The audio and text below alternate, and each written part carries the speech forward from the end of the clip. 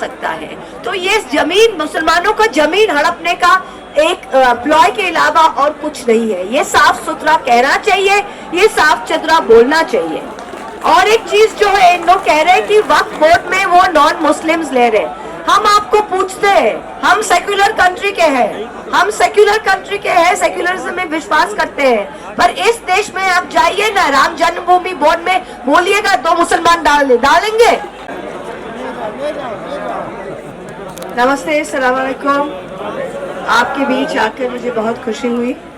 मैं ज़्यादा बात नहीं रखूंगी, पर मैं तृणमूल कांग्रेस की तरफ से यहाँ पे आई हूँ और हमारे लीडर ममता बनर्जी, आप सबको पता है, तो वो पहले दिन से ये वक्फ बिल, ये वक्फ अमेंडमेंट के खिलाफ हमारे सारे ताकत लेके इस बिल को हम अपोज कर रहे हैं। जो हमारे सिलेक्ट कमेटी में गया है, वहाँ पे हमारे जो नदीमुल हक और कल्याण बनर्जी जो हमारे तरफ से रिप्रेजेंट कर रहे हैं, उन्होंने बहुत हार्ड लाइन लेके, बहुत टफ टॉकिंग करके इनकी अपोजिशन किया है। और हमारे पहले नासिर भाई भी कह रहा था, नासिर भाई के वर्ड्स में मैं फिर से दोहराती हूँ कि ये जब ये आप सब समझ गए हैं, देश के जितने मुसलमान हैं वो तो समझ गए हैं, और देश में जो नॉन मुसलमान है, सब नॉन मुसलमान ये नहीं चाहते कि मुसलमान को कुचल के रहे।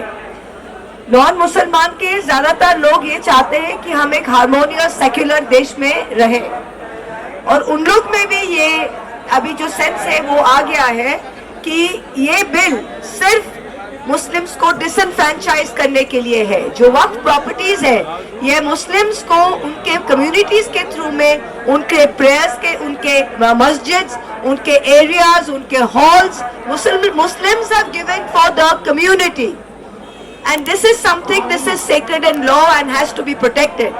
इस बिल क्या कर रहा है? The main thing is, इस bill is drawing a line कि आज से, जब से ये बिल अमेंडमेंट पास हो जाएगा, अब से कोई वक्फ प्रॉपर्टी नहीं रहेगा। हर वक्फ प्रॉपर्टी को नई तरह से फिर जाके कोई भी डीएम, कोई भी डीसी उसको कुछ बना सकता है। तो ये जमीन, मुसलमानों का जमीन हड़पने का एक प्लॉय के अलावा और कुछ नहीं है। ये साफ सुथरा कहना चाहिए, ये साफ सुथरा बोलना चाहिए।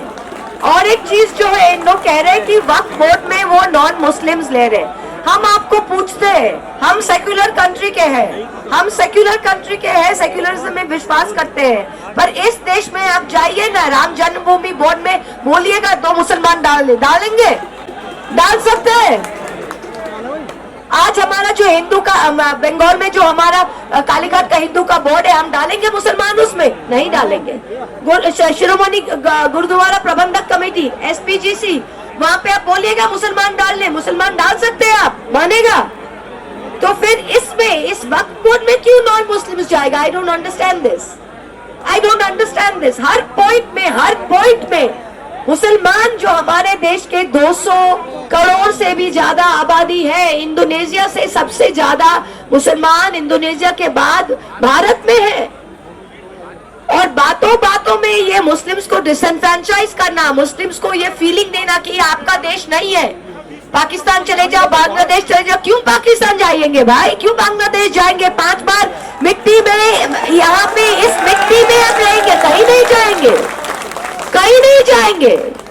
उनको जाना है वो जाए, हम कहीं नहीं जाएंगे। और वो चाहते ही है कि मुस्लिम्स को इतना डिसएनफ्रेंचाइज करे, इतना एक घर करे, इतना गेटोवाइज करे कि एक इलाके में सब मुस्लिम्स है, कई मुस्लिम्स को घर के टेनेंसी ना मिले, एक इलाके में, एक बिल्डिंग में मुस्लिम को घर के इलाके ये नहीं मिले, मुस्लिम को जॉब नहीं मिले। जिस प्रोफेशन में मुस्लिम्स काम करते थे, धीरे धीरे उस प्रोफेशंस में उन लोग ने हस्तक्षेप लेकर लिया है। अभी आप देखिए, ड्यूरिंग होली, आप देखे थे, होली में कह रहा है कि कोई मुस्लिम घर के बाहर मत जाएगा। क्यों यूपी के वर्दी पहना हुआ पुलिस ऑफिसर कोई कह सकता है कि कोई मुसलमान बाहर नहीं जा सकता है होली के दिन?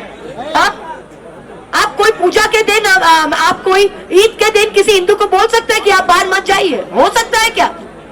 तो ये जो रेटरिक है, ये डिवाइड एंड रूल, ये बीजेपी समझ गया है कि जितना डिवाइड एंड रूल करो, जितना डिवाइड एंड रूल करो, वो 60% हिंदूज जो है उसको एकदम एक साइड करके उनका 50% वोट से हमको जीतना है, यही उनका। There is no more fig leaf any more. मेरा हिंदी इतना अच्छा नहीं है, पर I hope you understand what I am saying.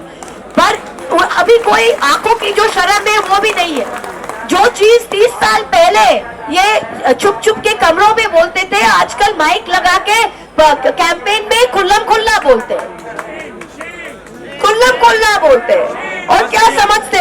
और ये सिर्फ, मैं तो कहती हूँ, ये सिर्फ मुसलमान का ड्यूटी नहीं है कि इसके खिलाफ खड़े होने का। हर right thinking person in this country has to stand up. Every right thinking country is to stand up. ये जर्मनी में ऐसे ही शुरू हुआ था। जब रोमनीज के लिए आए थे तो बोले मैं रोमनी नहीं हूं, मैं चुप हूं।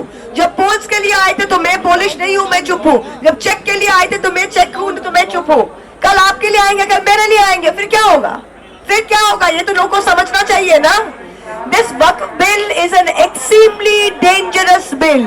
ये bill in its present form ये बुलडोज करके ला तो सकते हैं, पर लाने के बाद जब ये पार्लियामेंट में आएगा, हम सब सारे पार्टीज इसका बहुत सख्त विरोध करेंगे। And we will never allow the implementation of this. We will never allow the disenfranchisement of this. हम लोग क्या देखते नहीं है? हर इलेक्शन में, बाई इलेक्शन में रामपुर कैसे जीत गए भाई?